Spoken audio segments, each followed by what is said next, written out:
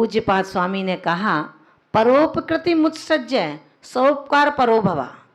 अपने पर के उपकार को छोड़ करके जो स्वयं के उपकार में लग जाता है, अपने लक्ष्य को प्राप्त हो जाता है। आचार्य भगवान इस संगति के लिए हमसे कहते हैं, लौकिक जनों की संगति का एक बहुत अच्छे उदाहरण आपने पढ़े होंगे। जो स्वाध्याय प्रेमी हैं, ग्रंथों को पढ़ते हैं, उनको ये सब अच्छे से पता होगा कि एक ही माता पिता से दोनों ने जन्म लिया। माता पिता अलग अलग नहीं हैं, एक साथ दोनों ने जन्म लेते हैं। एक को शूद्र ले जाता है और एक खुद के यहाँ पलता है, जाति से ब्राह्मण। ऐसे वो दोनों पुत्र जब पालन पोषण होता है, उन पुत्रों के पालन पोषण में जो शूद्र के यहाँ पला था, वो गाली गलौज, मदिरा को पान करने में अपना धर्म समझता है, और जो ब्राह्मण के यहाँ पलता है वो मदिरा को न छूने में अपना धर्म समझता है। आचार्य भगवंत कहते हैं कि कितना असर आ गया।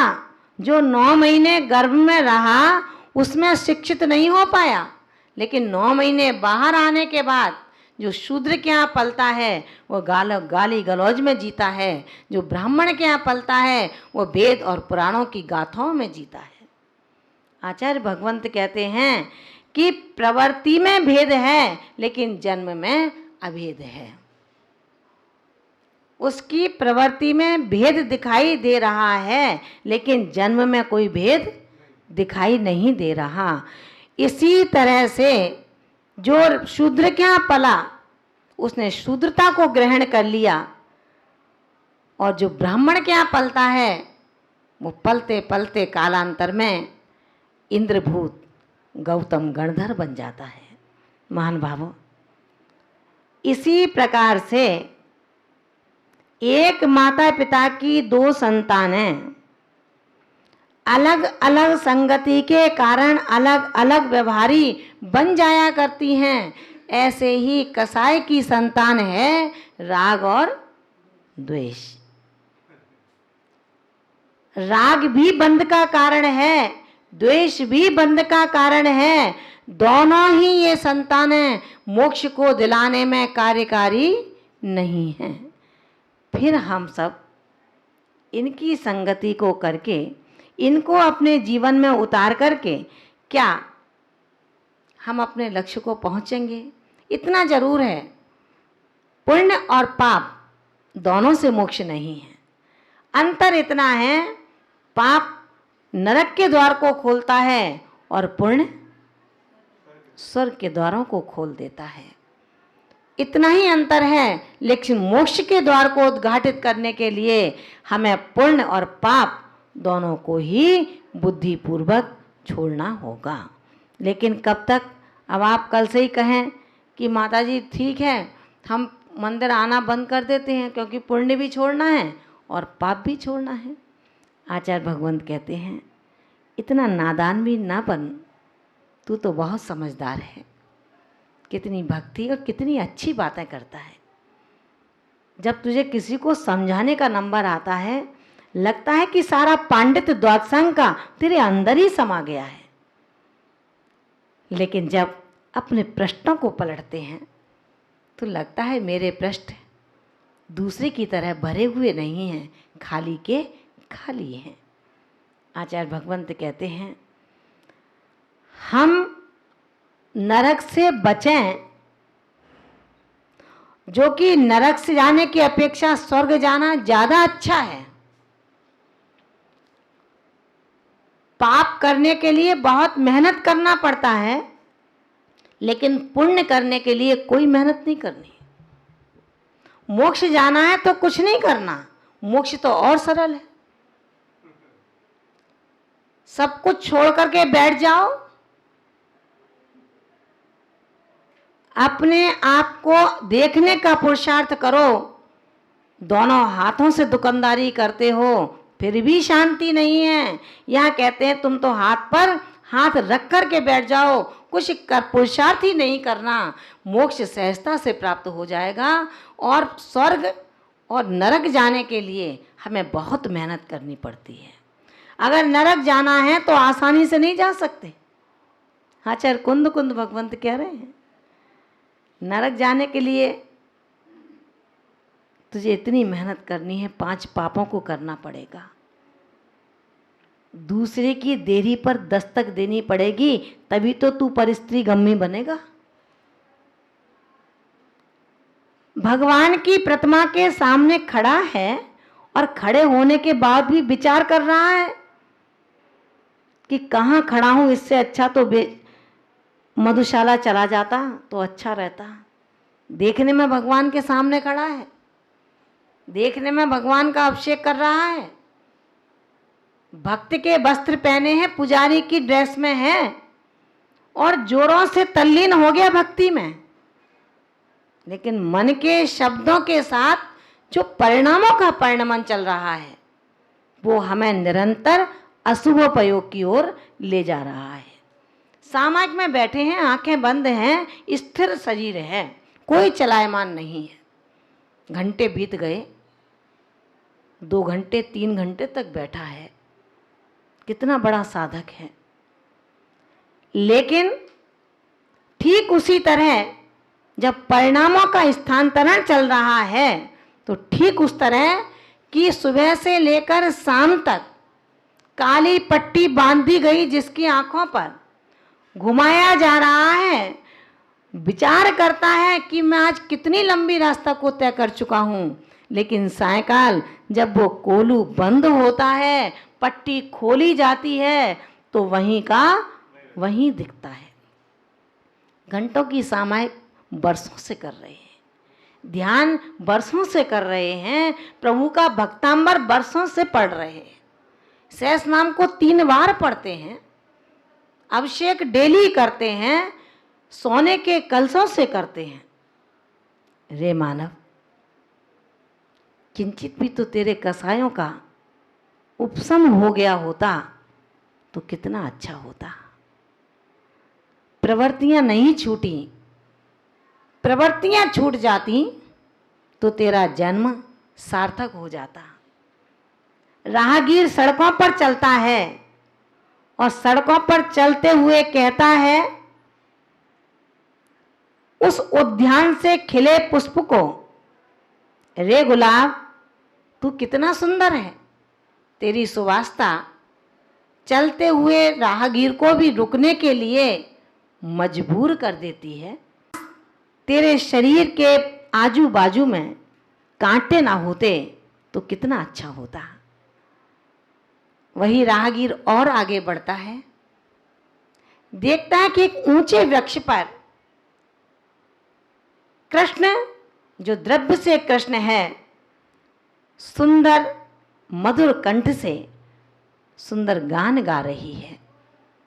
ऐसी वो कोयल को देख करके राहगीर कहता है कि रे कोयल, तू कितना अच्छा गाती है, तेरा कंठ तो बहुत ही अच्छा है, परंतु तू काली ना होती तो कितना अच्छा होता।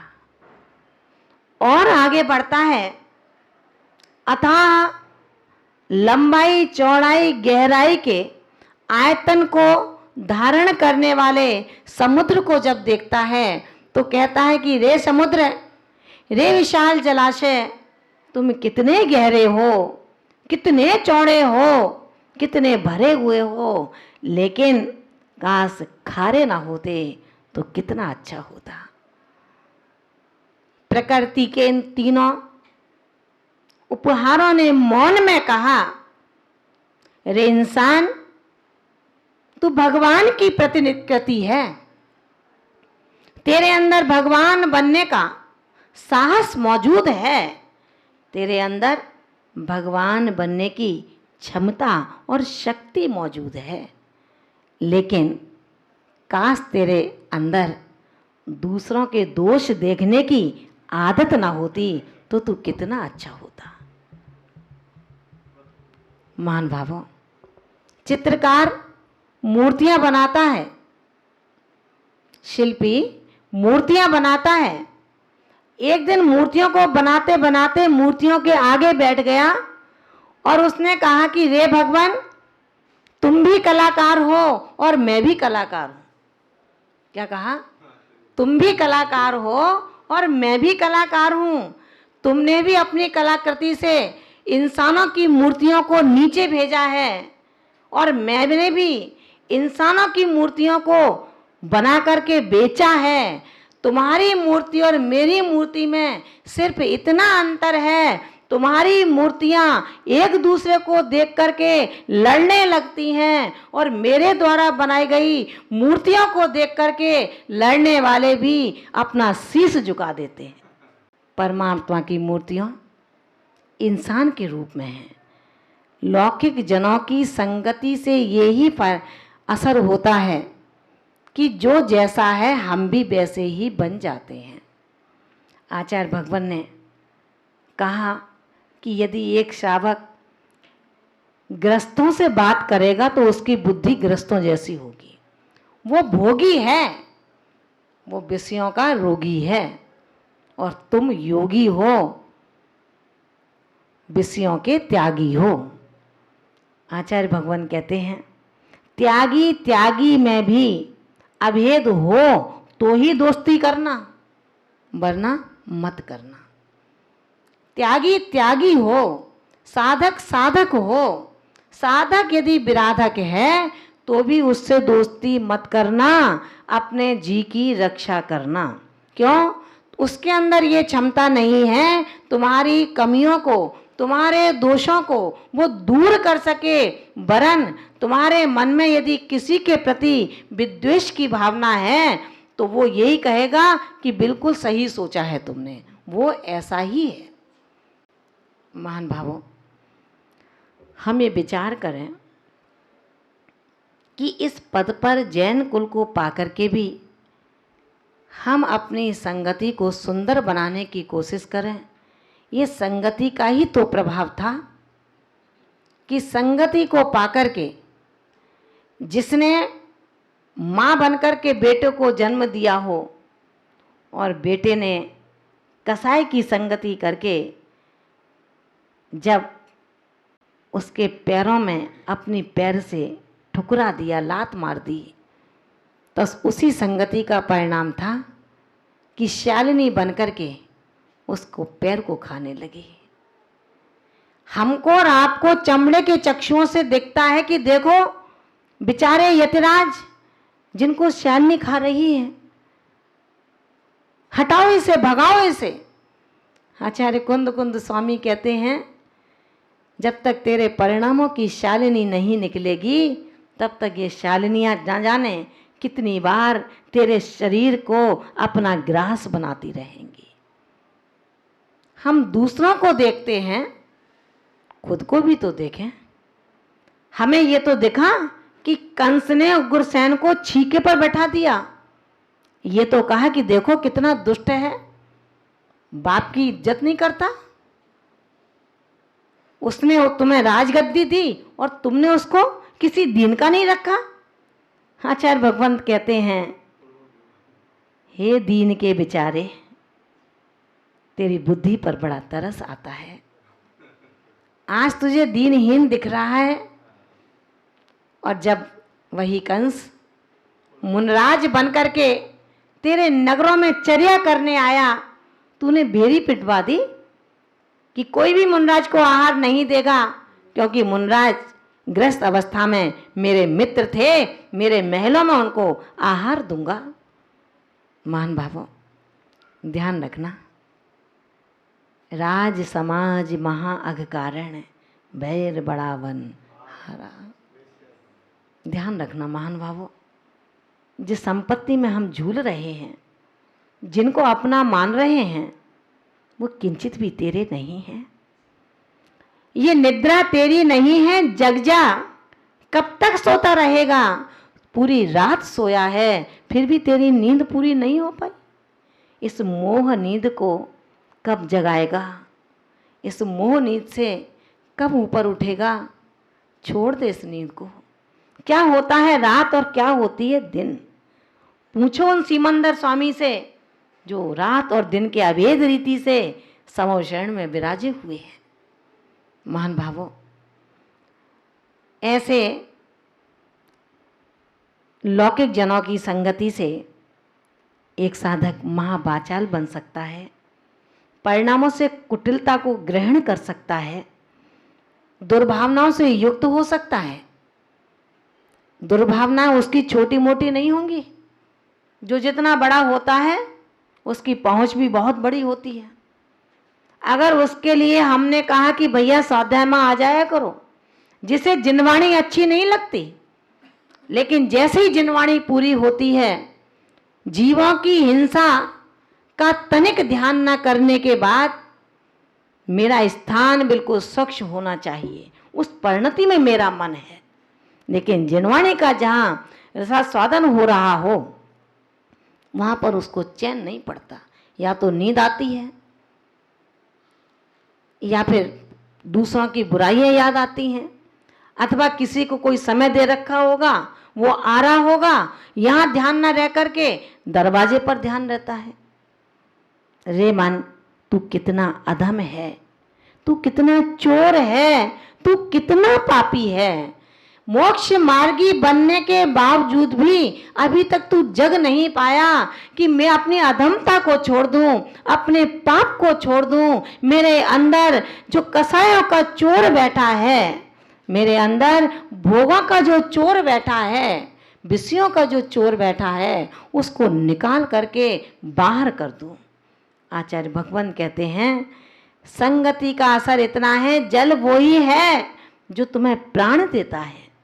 वही जल जब ईख में पड़ता है तो मधुर रस बन जाता है। वही रस जल जब सीप में पड़ता है तो मोती बन जाता है। और वही रस जब सर्प के मुख में पड़ता है वो विष बन जाता है। महान भावों, इसीलिए कहा है कि इससे अच्छे तो वही सिंह का जीव है, इससे अच्छा तो वो अकौआ है जिसमें महावीर की आत्मा छिपी थी। वो सिंह जो हिंसा प्रेमी था वो हमसे कहीं बहुत अच्छा था, जिसमें महावीर की पर्याय दबी हुई थी। विचार करना महान भावों कि हम बड़े बड़े उपदेशक होने के बावजूद भी अपनी ओर आज तक ध्यान नहीं दे पा रहे हैं, अपने घर की ओर नहीं लौट पा रहे हैं। खूब पढ़ लिया लेकिन गुण नहीं पा रहे हैं, खूब खा लिया लेकिन चर्वण नहीं कर पा रहे हैं। जब तक गुनोगे नहीं, चिंतन नहीं करोगे, चर्वण नहीं करोगे, तब तक आपका किया गया भोजन जो पौद्गलिक टुकड़ों के माध्यम से हुआ है वो रस, रुधिर, मज्जा आदि में परिवर्तित नहीं होंगे।